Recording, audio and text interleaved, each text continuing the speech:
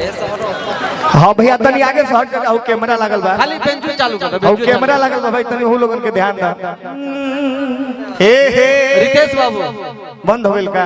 अंत भला तो सब भला बाबू। लास्ट एगो बात तनी से देख लेवे के चाहिए।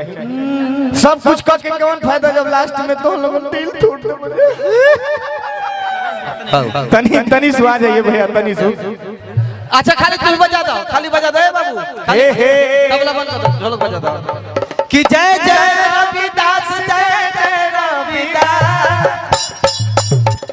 संत शिरोमणि जय रविदास, जय जय रविदास, जय जय रविदास, संत शिरोमणि जय रविदास, संत शिरोमणि जय रविदास, संत शिरोमणि जय रविदास, जय जय रविदास, जय जय रविदास, संत शिरोमणि जय रविदास। लेकिन भैया जय रविदास, जय जय रविदास।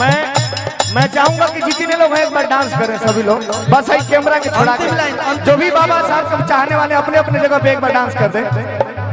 बाबा अपने अपने जगह पे। मनीष भैया, कोटेदार साहब, मीठी मीठी ताली में डांस नहीं डांस डांस होते हैं।